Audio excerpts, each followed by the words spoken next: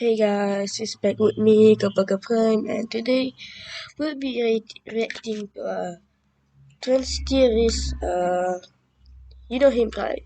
Trans theorist. He's a Transformer fan that always make a theories about Transformers.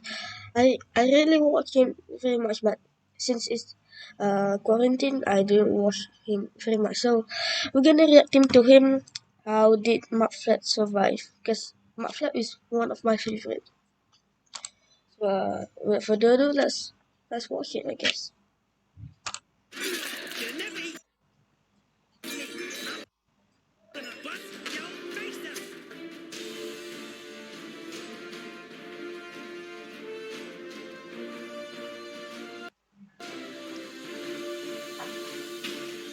Welcome back, Autobots, Decepticons, and everything in between, to another episode of Fixing Transformers.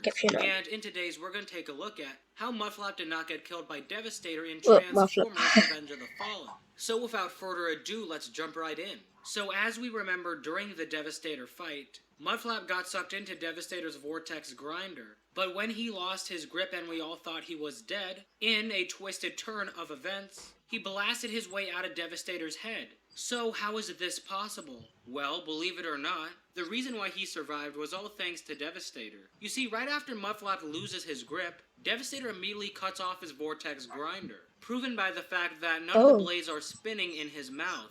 You can even hear the cutoff sound that it makes in the film. Now you may be thinking, why would Devastator decide not to kill Mudflap when he easily had the chance? Well, what if I told you that Devastator's vortex grinder is not intended to kill Autobots, but instead is just to devastate structures? To prove that's why. Let's take a look at the size of Devastator's mouth. That's really big. Most normal-sized Autobots would be way too big for the grinder to handle. The reason why most people think that Devastator's mouth was designed for eating Autobots is due to how small Mudflap is compared to it. But you gotta take into account that the majority of Autobots are not 10 feet tall. If we take a look at this shot, Mudflap is indeed small compared to the grinder, but honestly not by much, probably taking up around 1/4 of its total size, and that's only width-wise. Now replace Mudflap with Optimus or Bumblebee, and Optimus they is would like be 28 too feet big for the grinder.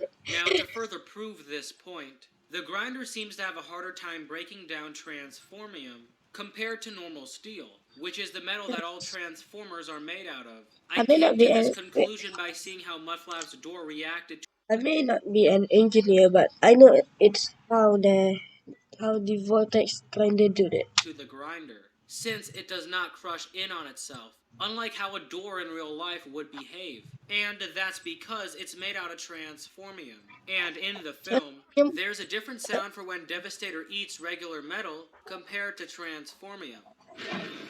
So far, like music.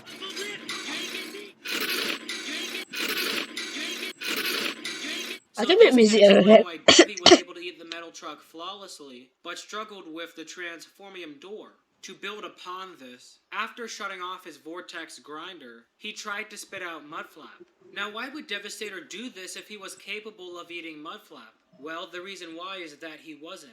Hence why he shut off his vortex grinder and tried to expel him from his mouth. He likely has a built-in mechanism to cut power to the grinder when a chuck of transformium too big is about to hit it, similar to how a saw stop works. So with all of these factors combined, I think it paints a good picture that Devi is not intended to eat Autobots. But now let me prove to you guys what he is intended for. And that would be to destroy structures. You see, Devastator was a key asset for Megatron, since he needed him to dig out the Star Harvester that was buried within the Great Pyramid of Giza, a task that Devastator excelled at by using his vortex grinder and massive arms. Devi is also equipped with missile pods and guns all over him, which would be essential for decimating Autobot bases. Lastly, he is equipped with grappling hooks, which can be either used to climb a structure or tear it down. Overall, the perfect devastating machine. Now, the last thing that I want to touch upon is how Mudflap was able to bust out of Devastator's head,